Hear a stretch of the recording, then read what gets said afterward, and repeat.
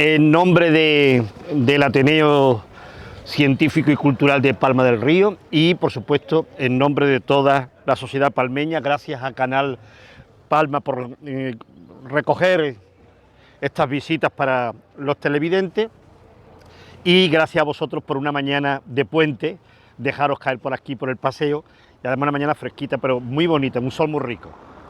Bueno, vamos a conocer esta mañana un lugar emblemático de la geografía humana de Palma, es el paseo, como comúnmente le llamamos. ¿Cómo surge este espacio de naturaleza bueno, no exactamente en el corazón de Palma, sino en uno de los terminales de Palma? ¿Cómo surge? Pues hay una razón obvia, que es la propia naturaleza. Palma del Río, como villa, nace en el recinto amurallado que está en el otro extremo, más pegado al Guadalquivir y al Genil por una razón de tipo estratégico. Necesitaban los musulmanes, tanto los almorávides como los almohades, construir un lugar defensivo que asegurase la línea fronteriza con el Guadalquivir y el Genil, en un lugar muy marcado que se llama el Vado del Guadalquivir, un lugar de tránsito por donde podían entrar las tropas cristianas y conquistar Palma. Por tanto, la fundación de ese recinto amurallado se hace muy en aquel extremo. Y además, como la función es proteger a la pequeña aldea, aún ni siquiera villa, de esas ofensivas militares, se concentra la población en aquel extremo. Y en aquel extremo no hay ninguna forma de pasar los ríos como no sea en un momento en que éste baje, cuando son los vados transitables. Con lo cual el crecimiento de Palma siempre se va a venir hacia acá. Y si vemos el desarrollo urbano de Palma, está condicionado por un camino natural que va desde aquel extremo de la Plaza Mayor de Andalucía, el Altozano, donde está hoy situado el ayuntamiento, un camino por donde va a circular y a funcionar la futura feria medieval, la primera feria de agosto, y por eso se denomina la calle Feria, y que en su extremo medieval acaba prácticamente donde está la Plaza de la Constitución, para los mayores la Plaza del Guardia, donde hay una puerta que se llama la Puerta de Marchena, camino natural hacia Marchena. Ese camino va creciendo y surge la calle Portada. Y entonces, Puerta de Marchena se viene hasta este extremo, donde es conocido como la Aranzadilla, un pequeño terreno al final del pueblo que se llama la Aranzadilla. Todo lo que hay en este lado, tanto aquí como aquí, que aún no son ni siquiera casas, son corralones, son extremos de vivienda, dan a un enorme llano, un llano que simplemente se le denomina llano. Como en aquel extremo se construye el convento de San Francisco, todo este lugar empieza a llamarse Llano de San Francisco. Pero el camino natural que ha empezado por Feria, Portada, continúa y va hasta el río Genil, como lo vamos a ver ahora, donde desde la Edad Media se construye un puente de madera para cruzar a la otra orilla. Buenos días. Muy buenos días, bienvenida. He llegado esta tarde. No, ha llegado a punto. Sí. Vamos a punto de llegar al río. Pero A punto de llegar, ya estamos llegando al río. enterado. Ahora te lo digo a ti, Isabel. Estamos a punto de llegar al río. Y entonces, este camino es muy importante, como hemos resaltado en la promoción de esta visita, de que es un camino de primer orden en la economía palmeña, porque los agricultores, los campesinos, los hortelanos que van a las tierras de Palma, tienen que coger este camino, dado que la mayoría de los pagos, además los pagos más transitados, están en este lugar: La Chirritana, El Pisón, Duquiflore, Carrascal, y aquí unas huertas que se llaman Huertas del Callejón, Matadero, El Molinillo, con lo cual un lugar muy habitado y desde el punto de vista agrícola muy importante. Pero cruzando el río Genil entramos en los territorios de La Vega, en la vega primero, que llamamos Vega de San Cristóbal, donde en la Edad Media se ha montado en un cerro una ermita de San Cristóbal, y un poquito más adelante la Vega de Santa Lucía, que también debe su nombre a una pequeña ermita que se monta en la Edad Media para esta invocación tan importante como es Santa Lucía. Pues bien, ahí están todos esos cortijos tan famosos que conocemos en Palma del Río, la Mallena, la Verduga, Santa Rosa, Miravalle, un camino natural donde está la economía palmeña, junto con otros caminos, también de gran importancia, como es el Camino de Córdoba, el que es, para que nos situemos, el Remolino. El Camino de Córdoba va al Remolino y atraviesa los Sesmos y va hasta Córdoba, porque por el otro lado no podemos, porque hay un río que no nos permite pasar porque no tenemos puente. Entonces esos son los dos caminos más importante de la economía palmeña. Luego hay un tercero que se va a desarrollar mucho más en el siglo XIX, que es el Camino de Écija, pero al del otro lado las comunicaciones eran una dificultad. Pues bien, en ese camino surge este gran llano, que es el Llano de San Francisco, y además es un lugar de tierras comunales, pertenecen al Consejo, al Ayuntamiento, para entendernos hoy en día, y son de servicio público. Aquí están los pastos y abrevaderos para los animales, para la comunidad, en definitiva, que todo el mundo en esa época pues tiene algún ganado, tiene o mulos, o burros, ovejas, cabras. Palma era una gran productora de ganadería y estos pastos comunales les viene muy bien a la comunidad. Cuando hablamos del Llano de San Francisco, hay que pensar que no solamente es todo este territorio que estamos viendo aquí, giremos el convento y llegamos al otro lado. Lo del nombre de Llano de la Era es posterior. Quizás es más antiguo lo de Camino de la Alegría, que está rodeando el convento de San Francisco, de ahí vendrá el futuro nombre del Puente de la Alegría, y otro nombre, que es otro extremo de ese llano, que es la Soledad, que no era un nombre como yo había pensado, que quizás en los primeros años del franquismo, en esa necesidad de nombre religioso, se le puso Barrio de la Soledad. No, era un nombre histórico muy antiguo de aquella zona, la Soledad, pero todo eso era Llano de San Francisco. Pues bien, en este lugar es el tránsito para llegar al río. No existe todavía ni el jardín ni el paseo como lo conocemos hoy en día, sino una gran extensión, un gran llano. Y será en el siglo XVIII cuando el Consejo de la Villa trace la idea de hacer un paseo aprovechando este camino. No tuvo que hacer mucho esfuerzo, porque el paseo ya estaba de por sí como lugar natural. Esto es un camino que se ha simplemente urbanizado. Y años más tarde se crean las dos calles laterales, todo esto adornado con álamos negros y álamos blancos, árboles muy propios de nuestra geografía y muy usados, por ejemplo, como material constructivo en las norias. Entonces el paseo se reducía a esa arboleda y aún no había ni bares ni nada que lo distinguiéramos como lo conocemos hoy en día, simplemente un lugar de tránsito. ¿Qué hay al final de este lugar de tránsito en este paseo? Pues allí hay un molino harinero que pertenece a la familia de los Castiñeira, al menos desde el siglo XIX. Allí hay un molino donde se produce, por supuesto, harina, pero que años más tarde va a tener una importancia fundamental en la economía palmeña. De ese molino va a surgir el primer centro productor de energía eléctrica, con lo cual la energía eléctrica como la conocemos hoy en día nace en el molino harinero de los Castiñeira. El puente en distintos momentos sufre diferentes variantes que lo vamos a ver ahora mucho más detenido cuando lleguemos al final del paseo. Y el jardín, que era una huerta, una alameda, como podemos pensar que parte de la Chirritana, en la década de los 20 se decide hacer un jardín. Es muy propio. Vamos a situarnos. ¿Por qué se decide construir un jardín en la década de los 20? Porque está en España desarrollándose una arquitectura paisajística dentro del regionalismo andaluz. Hay un interés porque haya jardines públicos y tenemos el referente del Parque María Luisa en la década de los 20 en Sevilla. Pues Palma del Río no va a ser menos y entonces vamos a tener nuestro jardín.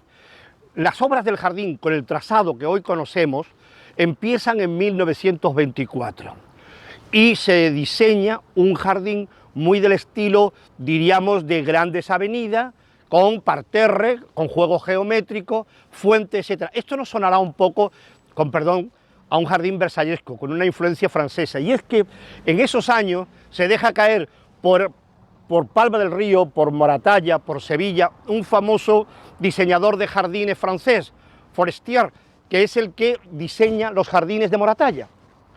Y es el que también va a trabajar en el Parque María Luisa de Sevilla. Y esto es una hipótesis de trabajo, esa persona tiene que ser conocida en nuestro entorno. Es como si dijéramos hoy en día, ¿usted conoce al diseñador Palomo Spain? Pues sí, pues todo el mundo tenemos referencia. Pues este hombre tenía todo el mundo referencia de él, de la importancia que estaba. Y eso promovió la voluntad de crear espacios ajardinados como el de Reina Victoria. Los nombres del paseo. Durante muchísimo tiempo Paseo, y como nombre más popular, Paseo del Llano de San Francisco, Paseo del Llano o Paseo de San Francisco. ¿Cuándo empieza a llamarse Paseo Alfonso XIII? Pues no será hasta 1922, si no recuerdo malamente, porque la Corporación Palmeña, el Ayuntamiento, alcalde, concejales, van a ver al rey Alfonso XIII a Moratalla, está de cacería y le piden una audiencia y el rey los recibe.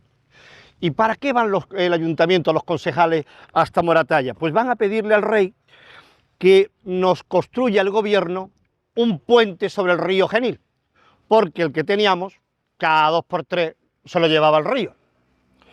Y el rey pues dice, haré todo lo que pueda. Estamos en una España todavía, diríamos, predemocrática, constitucional, desde el punto de vista de la restauración. El gobierno es quien tiene la última palabra. Pero en fin, el rey dice que va a hacer gestiones para que tengamos el puente de la alegría. Y le dice a los concejales, hombre, haga usted como hizo su padre, el rey Alfonso XII, que nos concedió el puente de hierro, que nunca se llamó puente Alfonso XII, pero que en algún lado se cuela. Por algún periodista pone puente Alfonso XII. No, oficialmente nunca se llamó puente de Alfonso XII, el puente de hierro, pero es verdad que se cuela. Y entonces el rey Alfonso XIII dice, pues voy a hacer gestiones para ese puente. La corporación quiere agradecer el detalle que ha tenido el rey y acuerdan que el paseo del Llano de San Francisco se llame Paseo Alfonso XIII.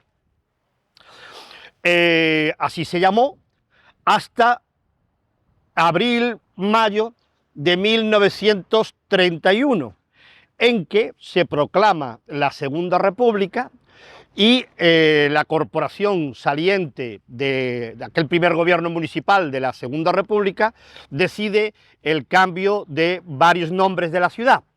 Sobre el nombre de la ciudad y calles tendríamos que tener una mini conferencia para situarnos en qué está pasando, porque los nombres de las calles no se han cambiado nunca. La calle Portada ha sido la calle Portada, la calle Feria, la calle Pastores, Arenilla, la que sea. Pero en el siglo XIX, en los movimientos y en las batallas entre liberales y conservadores, una de las cosas que se van a usar entre ellos para arremeterse es cambiar el nombre a las calles. Algo que no había ocurrido nunca. Y es cuando empieza, pues yo a la mía le voy a poner en la calle Rafael Calvo de León, a la calle Feria. El primo dice, tú vas a hacer más que yo, pues yo a la calle Portada le voy a poner calle Juan Calvo de León. El Gamero Cívico, hombre, con que vosotros le voy a poner 2 calles, pues la calle nueva se va a llamar Luis Gamero Cívico. Y así podíamos seguir hasta mañana. Es decir, era un choteo del caciquismo, que se cambiaban los nombres como le daba la gana. Y entonces a este paseo, que siempre fue el paseo Llano de San Francisco, le dice, vamos a llamarle Paseo Alfonso XIII. Pero la corporación republicana dice que es el rey ni que leche. Y entonces le quita el nombre al rey y le pone Paseo 14 de abril. Este paseo se llamó durante unos años el Paseo 14 de abril. Evidentemente los Calvos de León también perdieron sus calles. Y esta, por ejemplo, se llamó Pi y Margal. Fíjate tú, Pi y Margal. Lo que tenía que ver Pi y Margal con Palma, pero se llamó Pi y Margal. Bien, pues esta otra que tenemos aquí, sabéis perfectamente cómo se llama esta avenida, ¿no, Isabel? Pío XII. Pero ojo, Pío XII ¿desde cuándo? Pues Pío XII es desde que murió el Papa Pío XII, no pudo ser antes. Entonces, ¿cómo se llamaba antes? Calle del Llano de San Francisco. Todo esto de aquí y de aquí, buscáis en los censos de Palma y vendrá calle Llano de San Francisco. El nombre de Pío XII es cuando ya empieza a articularse esta avenida que hoy conocemos, con los bloques de San Francisco y con una remodelación de las viviendas que dan a esta cara, que está llena de talleres, gallineros. Aquí estaban los gallos de pelea del gallero, ahí había carpintería, esto era la aranzadilla, nada, un mesón ahí, más que un mesón, una fonda, 4 cosas de nada y menos. El bar San Francisco se hace no, como lo conocemos hoy en día, después de la guerra incluso, pero ahí hay varios salones y ya surge en la avenida Pío XII desde el Matadero hasta la plaza de San Francisco. Por tanto, esto se llamaba siempre calle del Llano de San Francisco. Bien, pues retomamos. La República le pone 14 de abril. Entran las tropas, gana la guerra las tropas franquistas, la primera corporación, fuera todos los nombres de la República. Y podíamos pensar, bueno, pues le quitan Pi y Maragall y vuelve a ser Portada o Calvo de León. Ni mucho menos. Todos nombres de militares. Y entonces pasa a ser Queipo de Llano, Sargento Villalba, General Mola, Plaza del Generalísimo, Calle de los Mártires, Calle de José Antonio. Y esto, como Franco no era muy antimonárquico, pues dice, oye, pues mira, esto va a seguir siendo Alfonso XIII. Y entonces se recupera el nombre del año 1922 y desde entonces el paseo Alfonso XIII. Y los jardines, evidentemente para su señora esposa, Jardín Reina Victoria. Vale, pues el paseo ya lo tenemos trazado en el siglo XVIII, 1760. Las dos calles, después de la Guerra de la Independencia, ya tenemos el actual ensamblaje, el trazado urbanístico.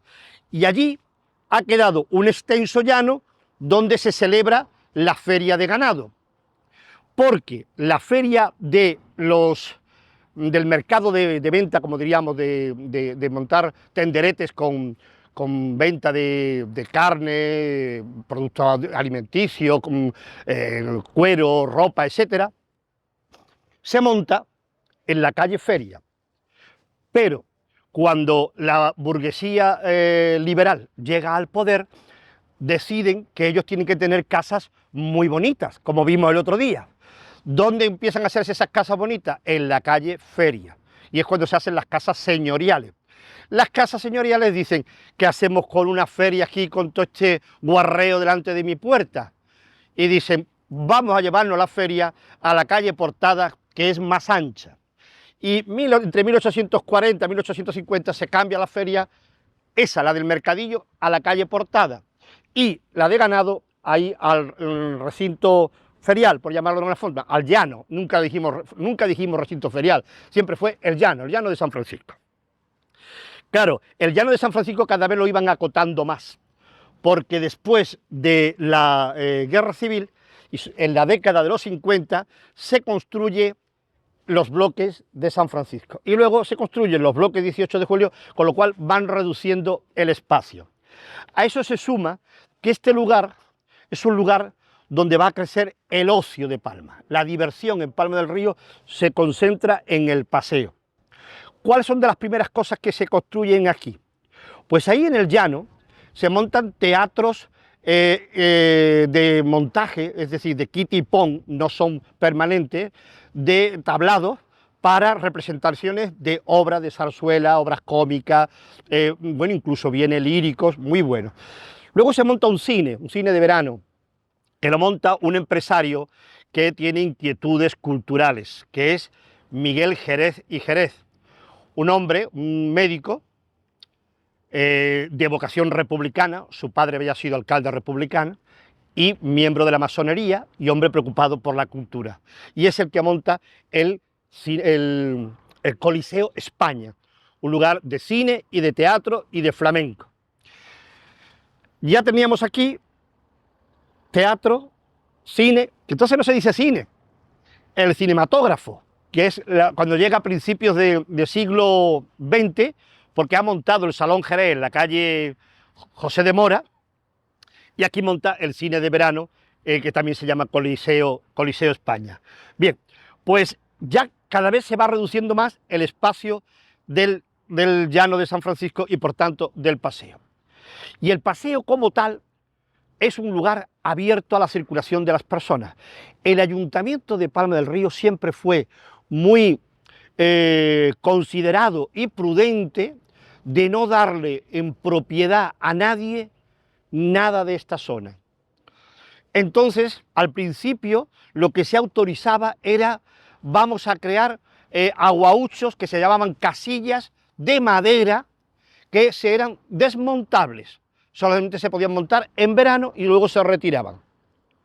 Luego ya más tarde permiten la construcción de edificios estables, pero con un, ¿cómo se diría la palabra? Como un alquiler. Tú no eres nunca propietario de ese solar, sino es el ayuntamiento quien te cede la explotación de ese lugar, pero no eres propietario nunca. Y después ya se van creando lugares muy permanentes, muy estables, en función del desarrollo de la política local. Así, por ejemplo, en la década de los 20, los 30, surgen los locales de los casinos, el Círculo de la Amistad, el casino de aquí de la derecha, que en ese momento no se llaman con esos nombres son posteriores. Y en el régimen franquista se terminan haciendo dos edificios también permanentes, que son, primero, el Club El Candil. ¿Quién ha bailado en el Club El Candil por aquí? Que está en el lado izquierdo, lo monta un cura. Hay un dicho muy famoso, yo es que soy muy joven, no lo recuerdo ahora, pero algo que decía, en Palma del Río tenemos un cura que ha montado una discoteca, un club, no sé qué, era un juego de palabras y un chiste con ironía. Juan, ¿verdad? Algo de eso había, algo te acordarás. El Club El Candil, que ha montado don Tomás Escudero.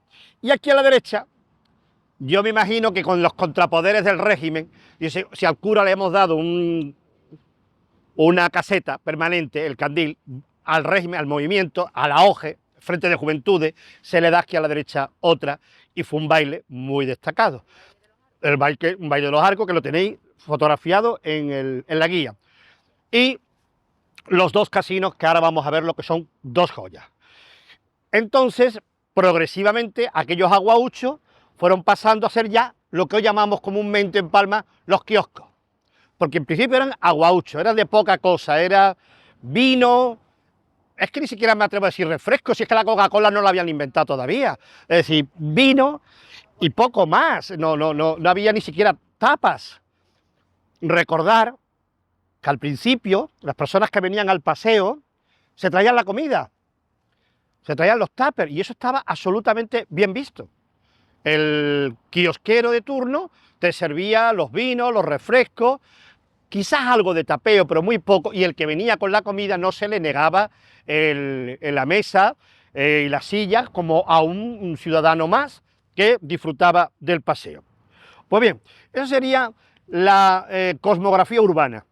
Vamos a ver ahora también sus intríngulis históricos, legendarios, etcétera, porque aquí han pasado muchas y muy buenas cosas, algunas de ellas muy interesantes.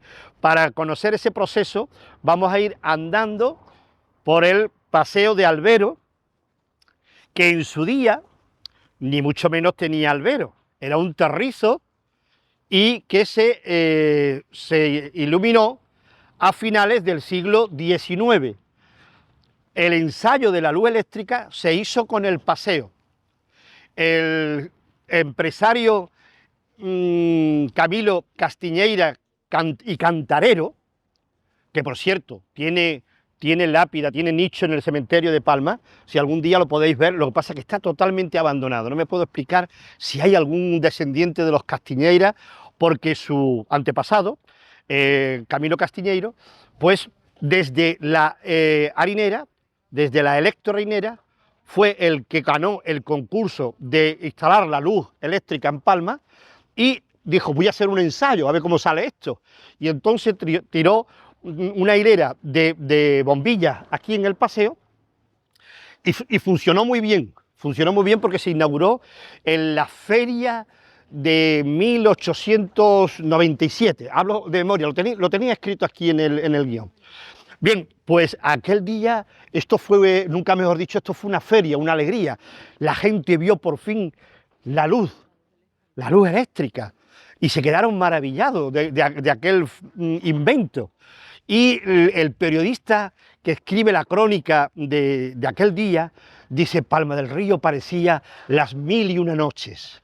Estaba encandilado con el alumbrado que se había instalado.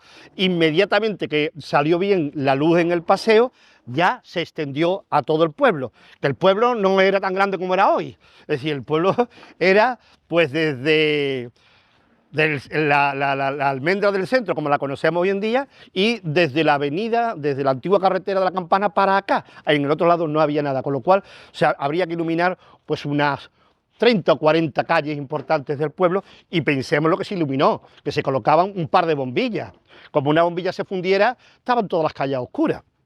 Pues bien, entonces el alumbrado nació aquí, y aquí dejaron su huella la arquitectura regionalista, aunque la han transformado mucho, se ha respetado la estructura inicial. Fijaros como un edificio de marcado acento andaluz, tanto este como aquel. Lo que pasa es que este tiene todavía la impronta de la arquitectura regionalista mucho más. Vemos por un lado el uso del ladrillo visto, el ladrillo tallado, que va a incorporarse a todo el edificio. Lo que pasa es que lo han repintado, encalado y cambiado, pero era inicialmente así. Luego tenemos, y además lo vamos a ver muy bien aquí ahora en esta fachada, luego tenemos el uso del hierro, de la forja, en esas columnas estriadas acabadas en capitel corintio, que son preciosas, y que vemos en algunas casas señoriales de Palma, y aquí las vamos a encontrar soportando unas techumbres de madera tallada preciosa. El tejado es teja árabe a dos caras, a dos aguas, con un caballete de teja cerámica colorista, es decir, algo muy propio del regionalismo andaluz. La teja coloreada, bien en tono, mirad, fijaros en ese caso concreto, blanca y verde, que se utiliza mucho en la arquitectura andaluza de principios del siglo XX, y luego todo el trabajo de la forja que podemos ver. Mirar la baranda. ¿Qué baranda más trabajada, con círculos, flores, juego de guirnaldas? Es un trabajo exquisito, y seguramente, yo no soy herrero, pero si nos fijamos bien, esto está hecho con remache. Aquí no hay tornillo, esto está remachado, es decir, la pieza entra y el herrero a fuego la machaca hasta que une las piezas. Pues es un trabajo exquisito. Pero si aquí es bonito, lo vemos mucho más bonito en las fachadas. Y es que estos son los detalles, que venimos al paseo a comernos los calamares, pero no nos fijamos en la forja. Mirad el trabajo de forja que hay aquí en las dos ventanas, con todo el ladrillo tallado, con esas cornisas, ese juego de filetes que hay aquí tan bonito, y el remate de las ventanas, tanto con barrotes torneados como lisos, y luego el final, que viene a ser casi el remate de una cúpula con diferentes juegos geométricos. Esas rejas, allí y acá, y ahora aquí también lo vamos a ver, son un trabajo de artesonado, un trabajo de la forja andaluza. No, aquí no. Aquí había grupos de músicos cuando llegaba a la feria, pero no era la banda municipal. La banda municipal lo vamos a ver ahora. Que está allí, Isabel que está allí. No pasa nada. No, todavía no. Bueno, pues ahí tenéis esa referencia en el casino. Pero también fijaros en esta otra caseta.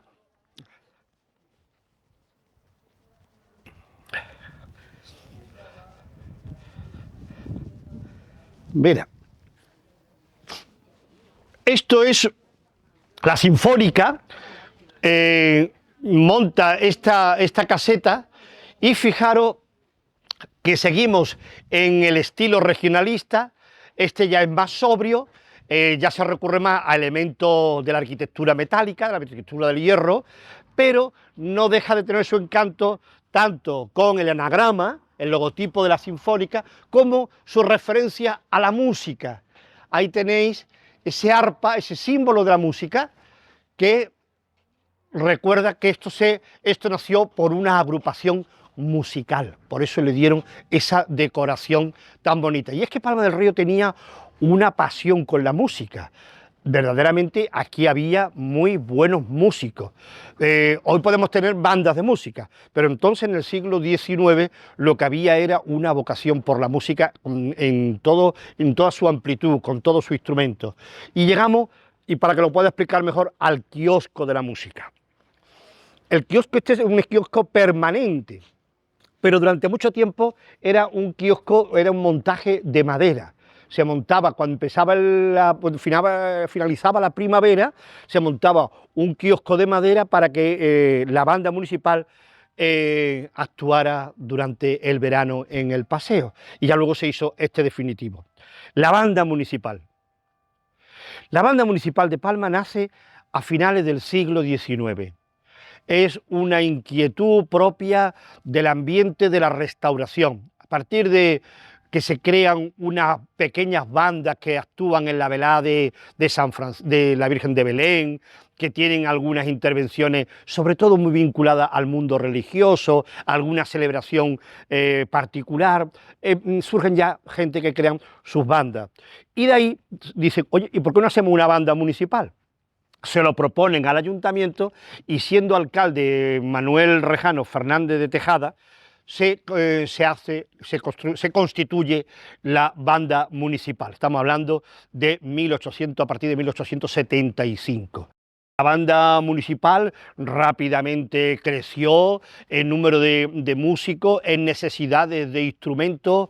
Como siempre he dicho en estas visitas, esa mirada palmeña siempre con un pie puesto en lo cultural hacia Sevilla, en la arquitectura, en el albero, en la estética.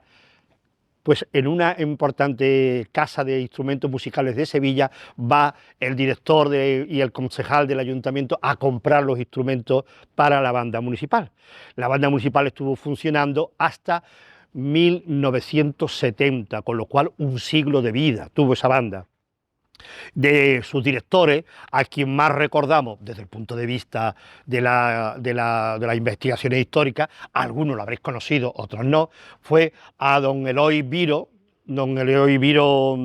Medina, que fue el director de la banda que duró más años, porque fue director desde principios del siglo XX. Este hombre estudió música, tenor, tenía un gran conocimiento de música, y por supuesto compositor, compuso pasodobles, compuso marchas procesionales, interpretaba siempre el himno, la marcha real en los actos oficiales, el himno de la patrona, compuso la música del himno de la Virgen de Belén del himno de Palma del Río con Melchor Continente de Lara, de lo que luego citaremos a este hombre. Melchor Continente de Lara era un maestro palmeño, académico, escritor y un hombre enamorado de Palma del Río, que escribió muchos trabajos sobre sociología palmeña, lo llevó a la literatura. Bien, pues este Eloy Viro Medina fue el maestro de música de la banda durante muchas décadas, tanto es así que lo encontraremos, por ejemplo, para que veáis que la historia es que todos debemos sencillamente de estar participando en ella, no enfrentándonos con ella, participando con ella. Lo digo esto, por ejemplo, Eloy Viro era el director de la banda de música, y cuando llegó la Segunda República pues interpretaba el himno de Riego, que era el himno oficial de la República. Entraron los sublevados y interpretaba la marcha real, porque era lo que le decía el rey. Ahora toca esto. Y Eloy Viro pues estuvo hasta 1945 dirigiendo la banda. Hubo ahí un intervalo hasta que se encontró un nuevo director, y ese sí lo recordaréis alguno, Ángel Martínez de Chomón, que fue director de la banda, municipal, y que fue el último director porque entró en crisis ya la banda, poco a poco ya no había tantas actuaciones, no había sobre todo recursos económicos para mantener la banda, y en 1970 el ayuntamiento disuelve la banda. hay gente que todavía no se ha enterado que en Palma del Río ya no tenemos banda municipal desde hace bastante tiempo, pero no tenemos banda desde 1970. Así que tomamos nota para que lo sepamos bien. Vamos a lo práctico. Aquí se daban los conciertos. ¿Cuándo? Las tardes y noches de verano, las fiestas importantes, ferias, el Corpus, los grandes acontecimientos, la Virgen de Belén, aún más. Aquí hubo también gran interpretación musical cuando se recibió a la nueva imagen de la Virgen de Belén. Recordamos que la Virgen de Belén fue destruida en el verano, en julio de 1936, y durante un año no tuvimos como tal una imagen de la patrona. Durante ese tiempo, ese año, se veneró, lo he contado en alguna de las visitas, una imagen que prestó el Marqués de Salinas. Bueno, pues el imaginero sevillano Sebastián Santos Roja hace la nueva imagen y llega a Palma en septiembre, a las puertas de las fiestas patronales, en septiembre de 1937. ¿Dónde es recibida la Virgen? ¿Dónde se le montan las fiestas, tanto religiosas como musicales? Aquí, en el Paseo. Es donde es recibida la Virgen, pues, por el alcalde de la época, Mariano Bernuy, que su hijo acaba de fallecer hace unos días, que es un eminente escritor y cazador. Los conciertos de la banda eran patrocinados por el ayuntamiento, y había también una petición, de ahí que algunos pueden ser que lo recuerden, del mundo de la Semana Santa. La banda municipal acompañaba a las imágenes el jueves y viernes santo en Palma del Río. Bueno, pues dejamos a la banda municipal y seguimos hacia el final del paseo.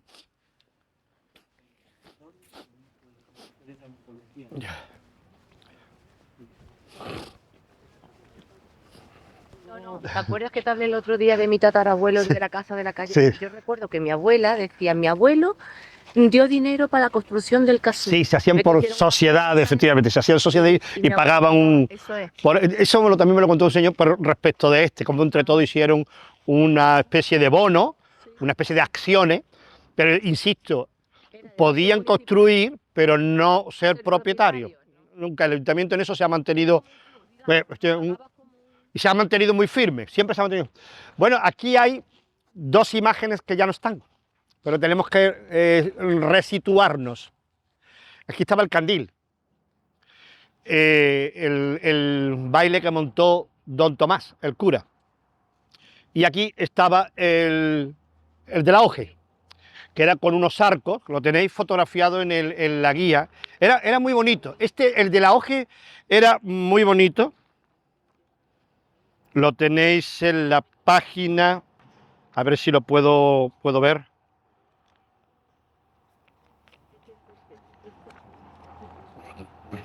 Ah, efectivamente. En la página 5 tenéis cómo era en la caseta de baile de la hoje. Bien, pues todas estas casetas, tanto el del candil como el de la hoje, fundamentalmente estos dos, porque aquellos dos vamos a entender que eran privados, que no tenía acceso todo el mundo a ellos, pero estos dos sí. Aquí fue donde hubo una explosión musical muy interesante. Finales de los 60, es que Palma del Río, ¿qué queréis que os diga? Hemos estado siempre en la vanguardia de todo, de lo bueno y de lo malo, de todo. Entonces, cuando hubo la explosión musical, dijo, venga, grupos musicales, y nacieron un montón de grupos que tuvieron mucho éxito. Los Caminantes, los Muster, los Necos, y los Jóvenes Lobos. No me puedo olvidar de los Jóvenes Lobos, porque es que los Jóvenes Lobos son de mi barrio. Celestino, que todavía lo veo por la calle y me saluda, que era el vocalista, su madre con la pandereta, que falleció hace muy poco. Bien, y podíamos decir muchos más nombres que hubo. Los Broncos, también muy buenos, estuvieron en muchas ferias y veladas de Palma, hasta la década de los 80. Es decir, hubo yo no sé cuántos grupos. En una publicación de feria, escribí un trabajo de todos los grupos que se constituyeron en Palma, con fotografías, para que no se olvidaran y estuvieran ahí permanentemente en el recuerdo.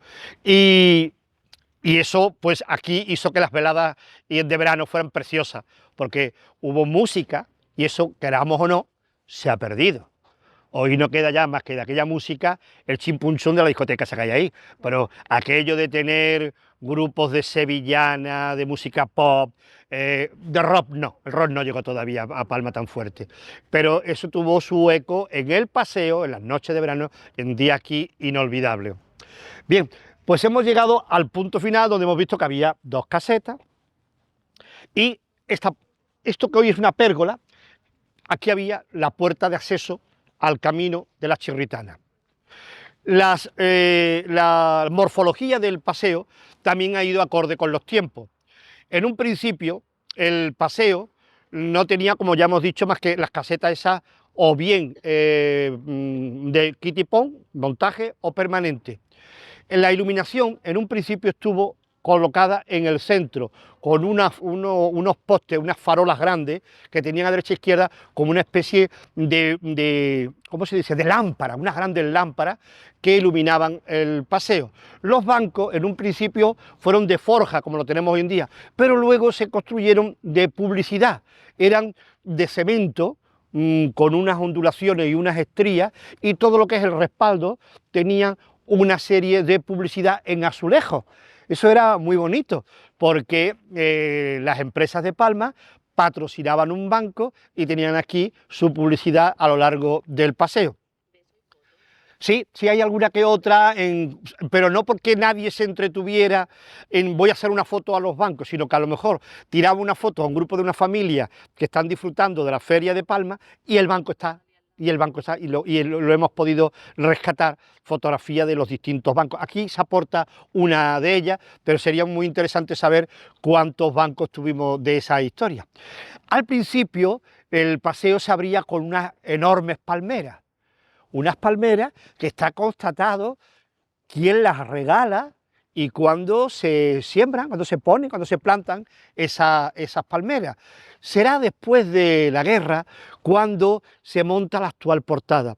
Si os fijáis, son dos grandes monolitos de ladrillo tallado haciendo una figura de portada. Sobre el primero está el escudo y sobre el otro el escudo de Córdoba. La arquitectura ya es una arquitectura regionalista tardía, pero no deja de ser de esa influencia regional y sevillana. ¿Dónde habéis visto vosotros esos cuatro? Tenéis dos ahí, como estáis viendo desde aquí, más el que está a la derecha y a la izquierda, el Coliseo y del paseo, y del jardín, perdón. ¿Dónde habéis visto eso? ¿No lo habéis visto? ¿Os habéis fijado en un sitio? ¿Dónde he visto yo esto? He dicho exactamente igual. En el Parque María Luisa, en la avenida que lleva al Teatro Lope de Vega. En llegar a casa ahora y meter en Google Teatro Lope de Vega, Parque María Luisa, Sevilla, salen imágenes y veréis en un momento esas columnas. Exactamente, es una influencia del que va, ve, aprende y dice, pues esto me gusta y lo trae. Eso nos ha pasado con la Semana Santa, nos ha pasado con la feria, nos ha pasado con la música. Es que la influencia sevillana en Palma es enorme. Y hasta en eso, hasta en la arquitectura pública. Entonces en un principio se hizo esos monolitos tan bonitos con una valla de mampostería que era a medio cuerpo.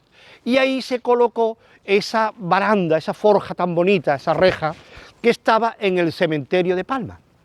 La puerta principal del cementerio que daba al camino de los Cañuelos, camino de Córdoba, se desmontó esas rejas y se colocaron aquí. Mucha gente ha confundido que podían ser las rejas de la fachada del Ayuntamiento de Palma. O acordaros que antes de desmontar el antiguo Ayuntamiento de Palma tenía unas rejas por delante. No son esas, estas son las del cementerio. Las rejas que tenía el Ayuntamiento de Palma se colocaron en la Plaza del Arquito Quemado cuando se montó el monumento a los caídos. y se hizo ese vallado delante de la muralla que no tenía, lo digo porque muchas veces la gente dice, ¡ay, con lo bonito que era y han quitado esto! Mire usted, eso no tenía ninguna historia, eso se montó en la década de los 60, se cogió las vallas del ayuntamiento y se hizo ese entramado, esa glorieta delante de la muralla, pues evidentemente le quitaba la estética a la muralla, porque la muralla jamás tuvo rejas delante y había que retirarlo, pero esas son las rejas que estaban allí.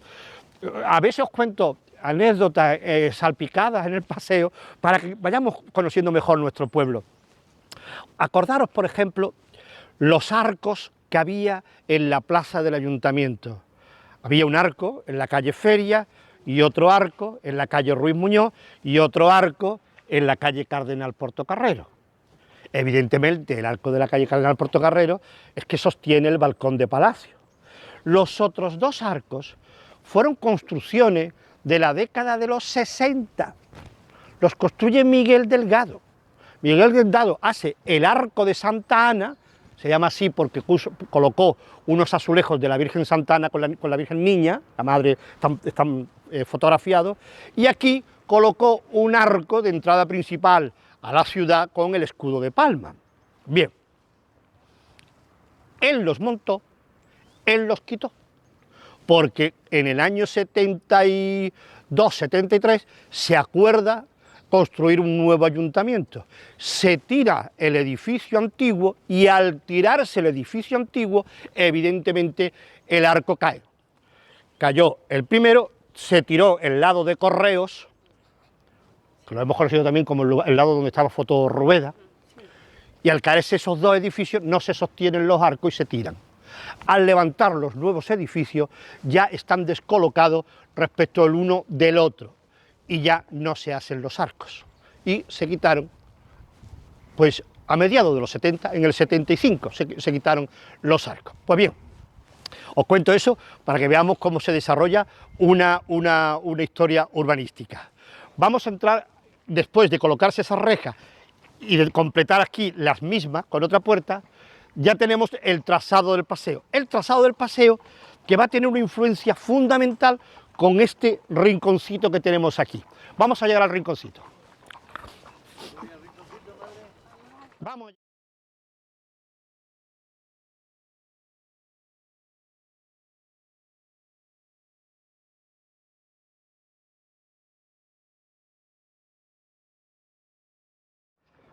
Bueno, nos paramos un momentito aquí antes de cruzar. Es que quiero que os fijáis en ese acervo cultural que tantas veces he puesto acento en la influencia sevillana. La electroharinera, en un principio, la electroharinera, lo que es el edificio de la harinera, estaba más pegado al río, evidentemente porque el molino tenía que estar en el río Genil, que lo tenemos ahí a 10 metros. De ahí salió, de aquella bomba, de aquella motobomba, salió la luz para el paseo y para el pueblo. Pero la electroharinera fue creciendo y fijaros que no será hasta el 54 cuando se hace esta ampliación. Hay muchas fotografías, tenéis aquí alguna de ellas, donde no se ve este edificio, donde se ve el edificio antiguo. Cuando se hace la ampliación, se colocan esos azulejos tan bonitos, que son unos azulejos publicitarios. Ampliada en 1954, electroharinera de Palma del Río.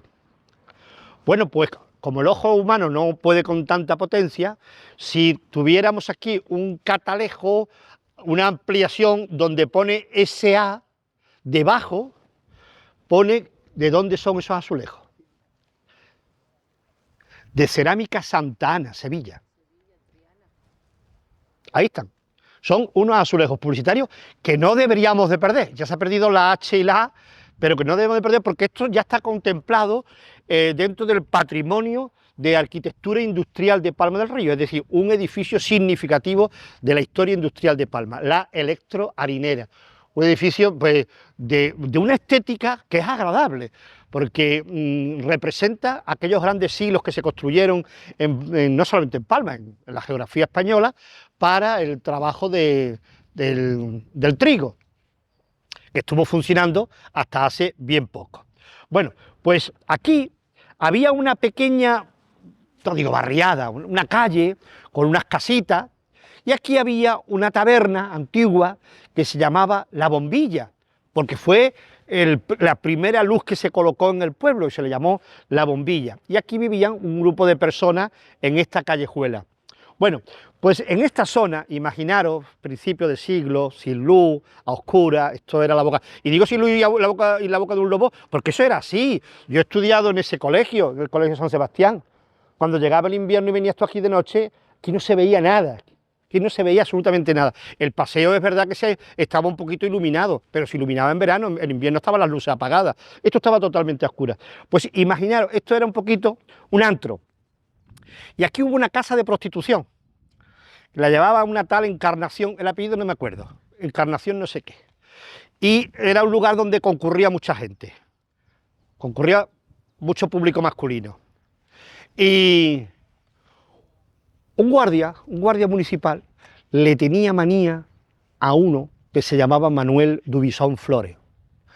Y un día le contaron, un día de 1904, que era abril, Semana Santa, le contaron, oye, el tal Manuel Dubisón Flores está formando un follón en la casa de la Encarnación.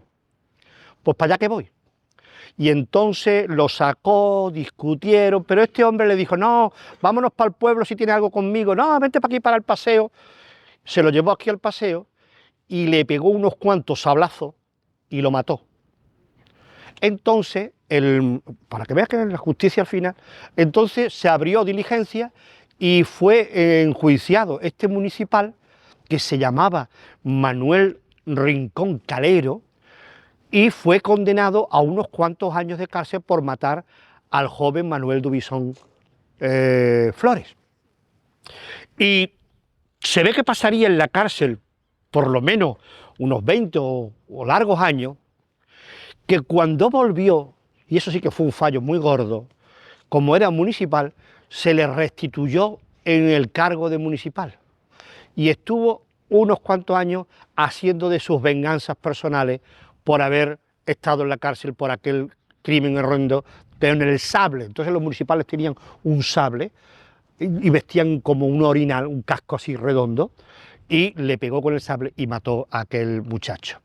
Y ese hombre luego pasaría a la historia porque participó activamente en los acontecimientos de la Guerra Civil. Bien, vámonos al mirador, porque el mirador es el lugar con más encanto del paseo. Hasta aquí llega el rey Alfonso XIII a visitarlo. Ahora vienen ustedes, que son los reyes de Palma.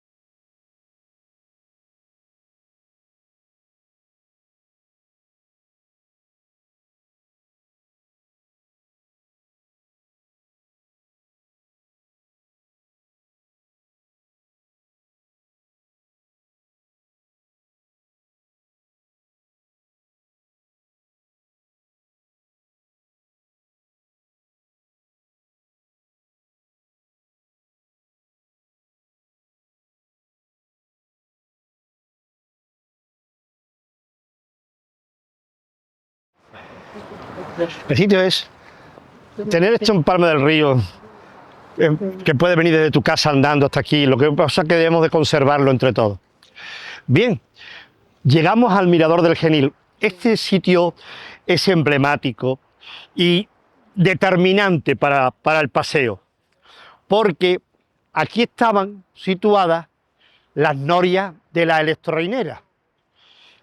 Aprovechando la azuda, que tenemos aquí un ejemplo de azuda de Palma, la azuda de la electrolinera, aquí se colocaron 3 norias.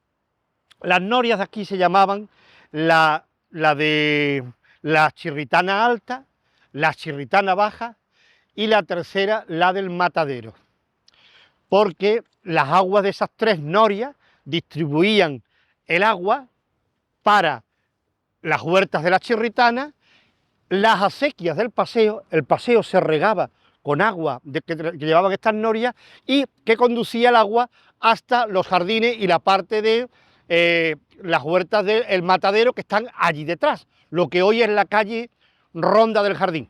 para entendernos, donde se sitúa Imprenta Lopera. Toda la parte esa de atrás es las huertas del Matadero, luego están las del Sotillo y un poquito más aquí arriba las de Callejón, que forman parte de un antiguo pago que se llamaba de Gaspar de Córdoba. Pero el pago fundamental e histórico es el de la Chirritana, que empezaba aquí.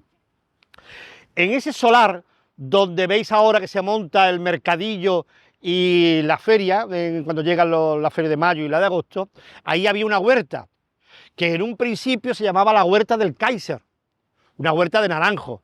El Kaiser era el hermano de don Félix Moreno Ardanui, que se llamaba José, me parece que era, porque había uno que se llamaba José y otro se llamaba Alonso. Y si yo me equivoco, como está la señora, que tiene unos añitos nada más, usted me rectifica.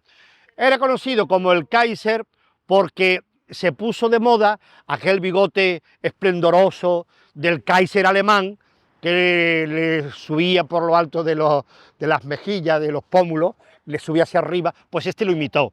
Y en Palma le pusieron de mote el Kaiser. El Kaiser, bueno, terminó vendiendo la huerta. No vamos a contar por qué vendió la huerta, por razones muy particulares. Y la compró uno de sus empleados. Y ese empleado la mantuvo hasta sus últimos días.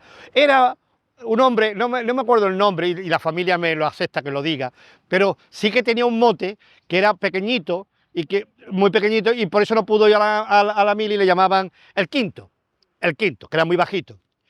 Y la familia del Quinto vendió la huerta al ayuntamiento, y de ahí que se pudo hacer ese solar. Y la calle que está por detrás, cuando paséis y veáis calle El Quinto, era el recuerdo a ese hombre pequeñito que generosamente vendió la huerta. Y además no solamente vendió la huerta, sino que os cuento un detalle. Cuando entraron a su casa tenía guardado muchos libros antiguos que había dejado abandonado el Kaiser.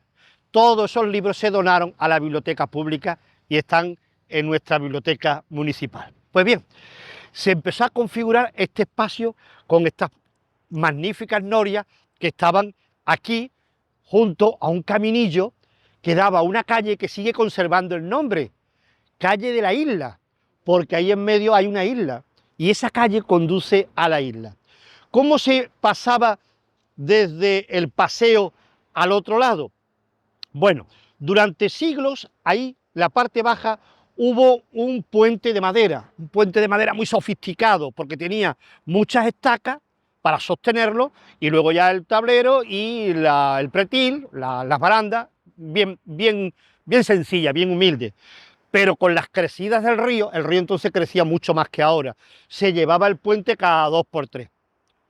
Los palmeños del siglo XVIII estaban ya muy cansados de tantas veces que el puente se lo llevaran. Hicieron un ensayo. Vamos a construir un puente, y empezaron a levantar un pilar que está allí, y sobre ese pilar, porque no habría fondo, hicieron una estructura de madera que al final las crecidas del río se llevaba otra vez. Entonces dijeron, vamos a hacer el puente aprovechando la isla, y hacemos un proyecto de puente que atravesaría más o menos la calle de la isla hasta allí, hasta la Alameda, para ir a las huertas del Pisón y a todas las demás huertas. Bueno, pues el proyecto está redactado, lo he visto, es precioso, dónde van los pilares, cómo era. No llegó nunca a hacerse. Y entonces al final, ni aquel se terminó, ni este jamás se hizo. Entonces, que solo quedó el estribo, el pilar del centro, pues el ayuntamiento dijo, esto hay que resolverlo. Y un privado dijo, yo lo construyo, pero pongo un peaje para pasar el puente. Y lo terminó, evidentemente, nuestras familias posiblemente no, pero el que tenía dinero sí, y lo terminó un gamero cívico. El gamero cívico puso un peaje para pasar el puente, y ahí pagaba, perdonen los que nos están viendo, todo Cristo. Es decir, pagaban personas, animales y mercancía. Todo lo que pasaba por el puente había un peaje. Esto supuso un conflicto en Palma muy grande, porque la gente pues decía, ¿cómo vamos a pagar por usar el puente, hombre? Si es que tenemos que pasar todos los días por el puente. Había gente que se negaba. Y ahí hay una anécdota muy famosa de uno que vino con 5 panes y tenía que pagar el impuesto, el peaje de pasar con 5 panes. Esto era muy común hasta la década de los 20 en la dictadura de Primo de Rivera, lo que se llamaba el fielato. Se colocaba en la entrada del pueblo unas casetas donde se cobraba un impuesto por la mercancía que no era de Palma, en este caso, de Palma del Río. Y este hombre vino con 5 panes y dijo, voy a pasar, dice el del peaje, no, usted tiene que pagar un impuesto por cada pan. Yo voy a pagar por el pan, con lo que me ha costado ganarme el sudor con mi frente para comprar este pan. Este pan no entra aquí si usted no paga un impuesto. Dice, pues este pan va a entrar. Y se sentó delante del peaje y se comió los 5 panes. Y ahora dice, y ahora voy a pasar. Y pasó. Se le puso de mote pan duro. Y desde entonces todos sus descendientes son conocidos como los panduros, por aquella anécdota. Pues bien, el puente fue un desastre, una vez sí, otra vez no, se lo llevaban, ya te digo, si tuviéramos que enumerar las veces que la riada se llevó el puente, sería interminable. Y al final, como ya os he contado dentro del paseo, se construyó el Puente de la Alegría. No vayamos a pensar que el Puente de la Alegría siempre estuvo funcionando, y eso que lleva funcionando desde 1931. En la década de los 80 hubo que levantar el tablero del Puente de la Alegría porque, si algunos recordáis, cuando ibais a la romería del Cristo de Pedro Díaz, al pasar el puente se cimbreaba. Y aparte de eso, la economía palmeña creció mucho con muchos camiones que pasaban por ese puente para ir a recoger las mercancías a los cortijos y a las huertas. Total, hubo que ampliar el puente. Y para hacer eso, durante un año por ahí, todo el que iba a ese camino tenía que dar la vuelta al completo por la presa de Peñaflor para venir hasta la Vega y venir hasta la huerta. Y hubo un intento de a ver si, como en el Guadalquivir, en el año 70, se desmontó el tablero y se puso una barca. Dice, pues vamos a hacer lo mismo aquí, vamos a poner una barca. Y se trajo la barca y se hizo un ensayo. Y en el ensayo la barca un poco más y termina en la Zúa. La Zúa, palmeña. Y se descartó. Me río porque yo iba montado en esa barca y ya se dijo, no, lo de la barca no funciona, y entonces ya tuvo que dar la vuelta a todo el mundo durante un año. No, aquí, el Pago de la Barqueta está allí más, diríamos, más abajo, bueno, más arriba, o depende de dónde veamos, si el río viene desde Granada, más arriba, está allí. Esta barca se ensayó en la curva que hay aquí de la isla y no funcionó. Pues bien, aquí tenemos la Alameda, las Norias, la Azuda y la Chirritana, un lugar idílico, un lugar que recogen todos los visitantes, los románticos que visitan Palma, los periodistas, cuentan y reflejan qué lugar más maravilloso. Hay un articulista magnífico que escribe un artículo casi de una página entera que pone, ¿no ha visto usted las norias de Palma del Río? Y entonces es precioso como las describe y la cuenta. Yo me imagino que al rey Alfonso XIII, con el año 1908, el coche atravesó la calle, voy a decirlo como estaba en la época, la calle Germán Gamazo, Feria, confunde Castillejo y escribe el periodista Torrijos, jamás fue el nombre Torrijos, y portada Calvo de León. Y llega al paseo y ahí se baja y andando entra aquí, ve las norias, entra en la Chirritana y va a la huerta de don José Gamero Cívico, que tenía unos azulejos muy bonitos de la Virgen de Belén. Y un palmeño, me cuenta una señora ya fallecido, tenía 90 y tantos años, la entrevisté aquí en el Pisón, que había un hombre un poco lelo, que cuando el rey fue a entrar había charcos, como decía Camaño, que estaba el suelo embarrado, y este echó un capote y le dijo, majestad, usted no pise barro, y se lo subió a cuesta y le decía a la gente, pero ¿cómo vas a coger al rey? Si al rey no se le puede tocar, déjalo, que lo voy a llevar yo. Y lo llevó para que no pisara los charcos y fuera a la huerta de los Gameros Cívicos. Bien, la huerta ya no existe, la huerta existe, lo que no existe es la casilla y los azulejos de la Virgen de Belén. ¿Sabéis dónde están los azulejos, no? Los azulejos están en la ermita. ¿Por qué están en la ermita? Porque la huerta de José Gamero las propiedades de allí se las donó a don Virgilio el cura. Don Virgilio el cura, que era el cura de los gameros cívicos, don Virgilio Valle, don Virgilio, que era un amante de las antigüedades, con todo mi cariño, se llevó los azulejos de la Virgen de Belén a su casa y los colocó en una hermosa chimenea de su salón. Se topó conmigo. Entré yo a su casa, qué bonito estos azulejos, de dónde son, me contó la historia, y ya le dije, don Virgilio, esto es patrimonio de Palma, esto no se puede quedar aquí. Hombre, total, que llegamos a un acuerdo que era que los donaba a la ermita de Belén. Pero ya estaba entrando el verano y dijo, hombre, ahora si vienen a quitarlo me vas a poner la casa llena de polvo, esto va a ser una guarrería, espérate a que pase el otoño y lo dejamos para después de otoño. Digo, no, las cosas vamos a hacerlas ya, que más vale hoy que mañana. Total, que se quitaron los azulejos y se colocaron en la entrada del santuario a mano izquierda. Al poco tiempo murió don Virgilio, pero los azulejos se salvaron y están en el santuario. En reconocimiento, los azulejos se colocaron, y siendo hermano mayor, Eloy vino, le dije, falta un detalle, que al menos sepa la gente quién ha donado estos azulejos. Y se colocó una placa que pone debajo, por favor, cuando vayáis al santuario, lo leéis, y pone en memoria del capellán de la hermandad, don Virgilio Valle Pérez, que lo fue de don Gamero, y ya cuenta toda la historia de cómo llegaron los azulejos allí, sin contar estos pequeños detalles que hoy recogemos para vosotros y para nada, para unos cuantos palmeños más que nos coge Juan a partir de este momento. Pues bien, este era un lugar de tanto magnetismo que ya os digo, el rey vino a verlo y esto se convertía en un periplo permanente de todo el mundo para contemplar las norias. Un periodista cuenta, dice, en Palma del Río, donde están las norias, y el Guadalquivir, el Genil se encuentra con el Guadalquivir, deja un testimonio fantástico cuando dice, el escudo de Palma es el símbolo de su tierra, dos leones que se quieren abrazar con una palmera. Un león es más grande porque es el Guadalquivir y otro león más pequeño porque es el Genil. Y da una descripción preciosa del escudo y de los ríos. Pero como el alcalde Francisco Molero nunca se enteró que eran leones, nos lo cambió por perros. Perdimos uno de los escudos más bonitos de la historia de la heráldica española, dos leones rampantes frente a una palmera. El periodista lo contó muy bien, pero el alcalde no se enteró.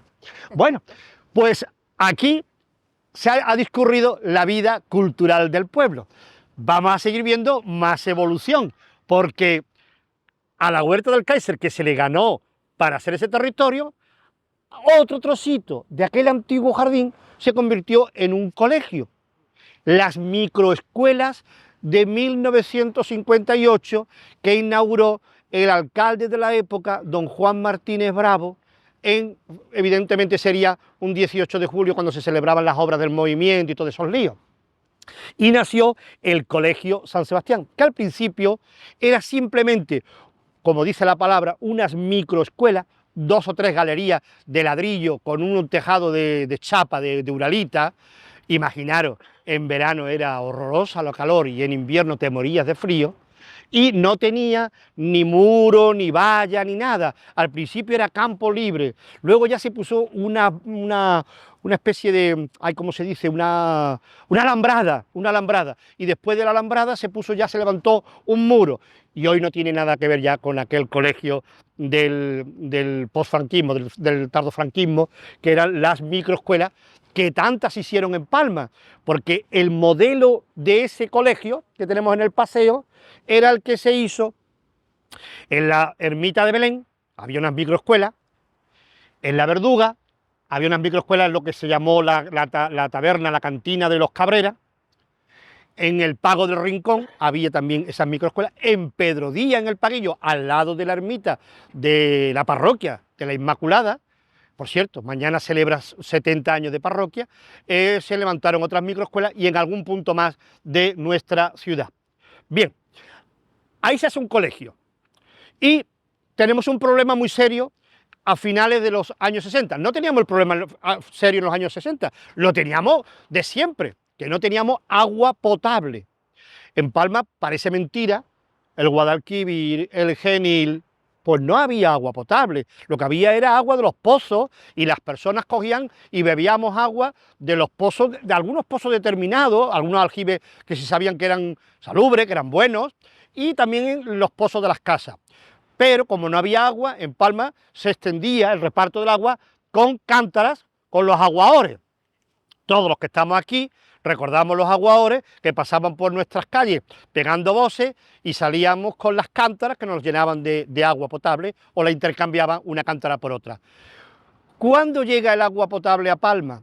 Pues a finales de los 60, concretamente entre el 68 y el 69, a raíz de la construcción del pantano del Retortillo, se traza una línea de agua potable y se empieza a abastecer a todo el pueblo de agua. Se estudia que hay suficiente agua potable para atender a toda la población y que hay un excedente de agua, que podemos tener un poquito más de agua. ¿Qué se hace con ese agua de más? Pues se construye la piscina. La piscina pública de Palma se hace en 1969, quitándole un trocito al jardín. Entonces teníamos ya colegio que le había comido un trozo y ahora las piscinas, la grande y las chicas. Se inauguran en el 69 porque ha llegado el agua potable a Palma. Evidentemente cambió la fisonomía de aquel jardín tan bonito, del Jardín Reina Victoria, que tenía al final de la gran avenida un estanque de agua con surtidores. Incluso hubo un tiempo que había hasta peces de colores, había unas cuantas fuentes más distribuidas por todo el jardín con elementos de decoración de arquitectura regionalista, desde rana, escudos de España, de Palma, azulejos, ladrillo tallado, la fuente típica de los platos. Era un jardín precioso y se le comió, en tiempo de Miguel Delgado, se le comió ese trozo para hacer la piscina pública. Como la piscina pública ha sido retirada y construida las nuevas piscinas en el Pandero, hoy aquella zona se ha convertido en un parque infantil de agua de los chorros para los niños. Y aquí, en este otro solar, pegado a la Chirritana, está la ciudad, la Ribera de los Niños, que es un parque infantil para los niños, con lo cual la dimensión de esta zona es convertirla en una zona cultural. Y aquí se ha construido un parque de elementos de calistenia deportiva, es decir, para que los chicos hagan deporte de eso de ponerse fortote. Esto que nos falta más de uno, ponernos así fortote. Eso se lleva a cabo ahí. Y se ha acondicionado las dos calles laterales del paseo y además se ha reestructurado todos los edificios históricos del paseo, así como lo que antes era el llano. Desde la década de los 80 ha empezado a convertirse en un recinto ferial. Siempre se le llamó en todos los documentos el Real de la Feria, el Real de la Feria, donde se montan las instalaciones de feria. Os voy a decir otra vez más esa influencia sevillana. En Palma, al principio, no había casetas. Lo único que había era los aguauchos, donde en feria venía la gente a tomarse unos vinitos, a lo sumo unas gambas, ya luego introdujo el zapaterillo los pollos y poco más. Y cuando llega la democracia empiezan a construirse casetas. ¿Pero qué tipo de casetas eran? Pues eran unas obras fluctuables, es decir, desmontables, de cañizo, eran las grandes láminas aquellas de caña, unidas con un poco de yeso y mampostería, y se hacía una zona, sobre todo en la calle de aquel lateral y la que da a la avenida Pío XII. Y será ya cuando se estructura el recinto ferial, cuando empieza a diseñarse las casetas tipo sevillano, que no habíamos tenido nunca las casetas de loneta, porque siempre había discurrido todo paseo, y si recordáis, lo que es el llano, el recinto ferial, solo servía para los coches locos, el Huitoma, ¿cómo se dice esto? Las distintas tómbolas, el circo,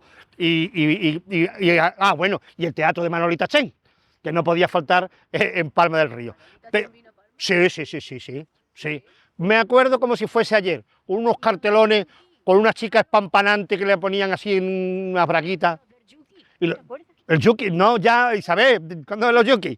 Sí. ¿Ese qué año sería el Yuki? Pues uno de ellos le habló a la Felisa, la de... Ah, ¿eh? ¿Te acuerdas? Ah, no. Mira, En la próxima visita os meto a los yukis. Es que yo tengo ya unos años. Ah, ya, ya. fuera, Sabéis de que... lo que tú estás hablando casi. Bueno, pues en la próxima visita meto los yukis también. Total. Que...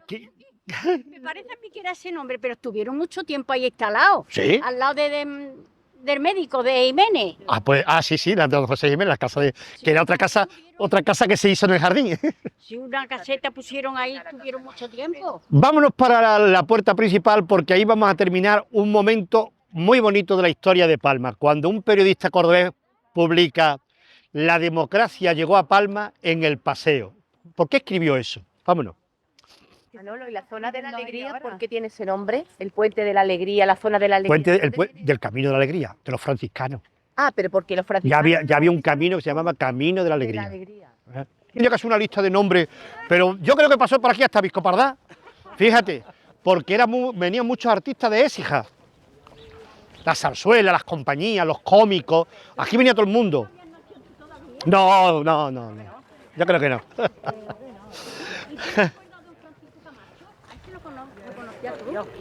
¿A qué se dedicaba? Maestro. No. ¿Cómo lo va a conocer, mujer? No, yo no soy de esa generación. Que por cierto, os voy a decir una cosa, ahora que has dicho los maestros y no quería que se me olvidara. En el paseo, vámonos dentro, yo lo digo mejor aquí, en el paseo. Aquí, Celestino, muy buenos días.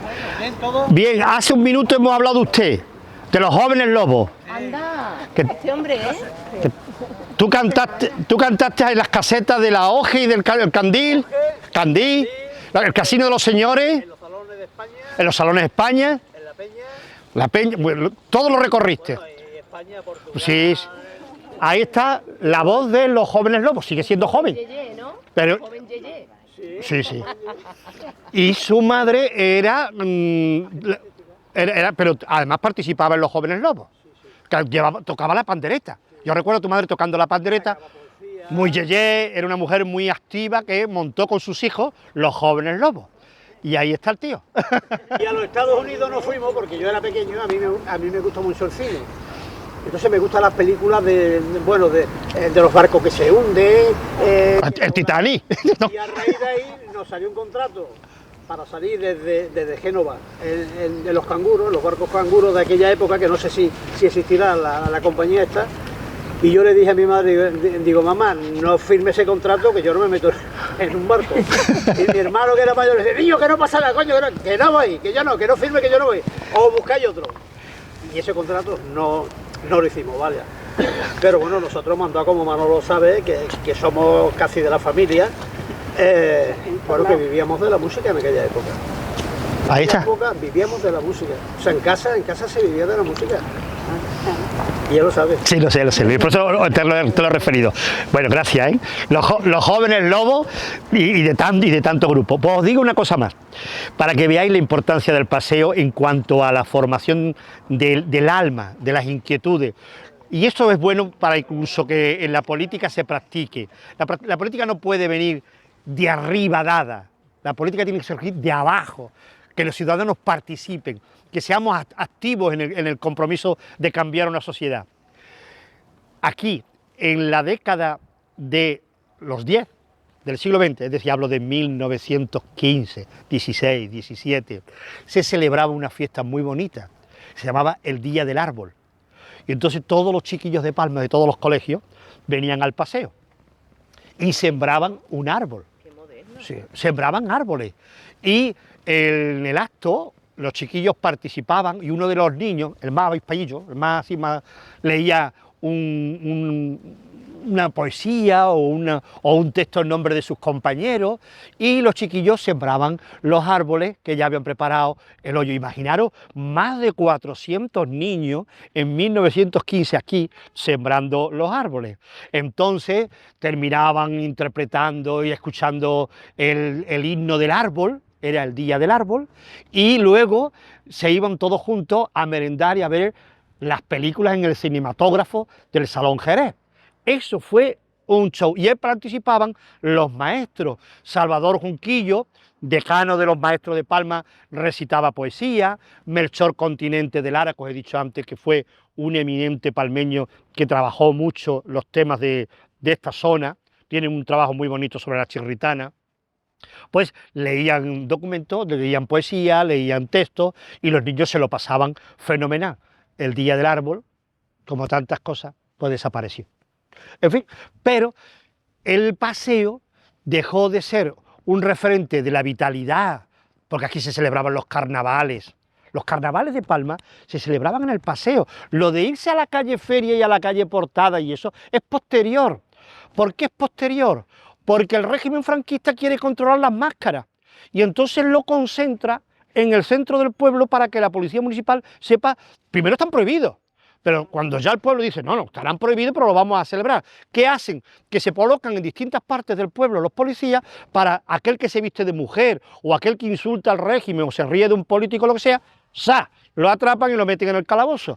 Y entonces la gente se iban de una cantina a otra, de un bar a otro, de una casa a otra, o incluso tenían hasta dos ropas. Si aquí me veía vestido de mujer, en otra casa salían con el mascarón, para que la policía municipal los volvieran locos.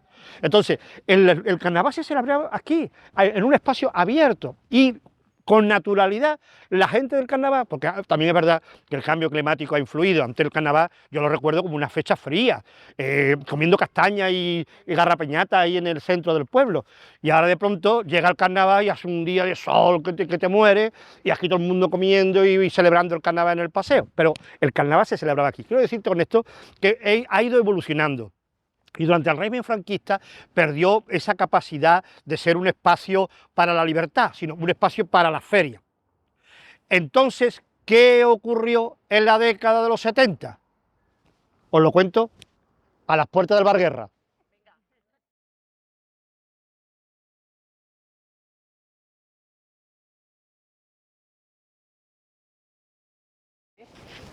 En vez de llamarse el paseo se tendría que haber llamado la Alameda, como en tantos sitios, ¿no? Alameda del Paseo. La Alameda fue más a este lado, donde se construye el jardín. Vale. El nombre mítico y histórico es paseo. El paseo. Siempre, y además siempre paseo. ¿Sabes que algunos teatreros estaban admirados con el paseo? Claro, y además con la palabra En Valladolid, el paseo. Sí. Todo el mundo cuando te habla de Palma te dice, yo estoy en el paseo de Palma.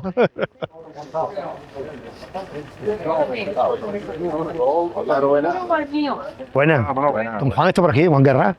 Juan, voy a hablar de ti un momentito, ¿me das permiso? Muy bien. ¿Vale? Vale.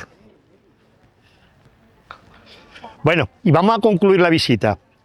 Vamos a concluir la visita porque hemos visto la evolución geoestratégica, artística, social del paseo.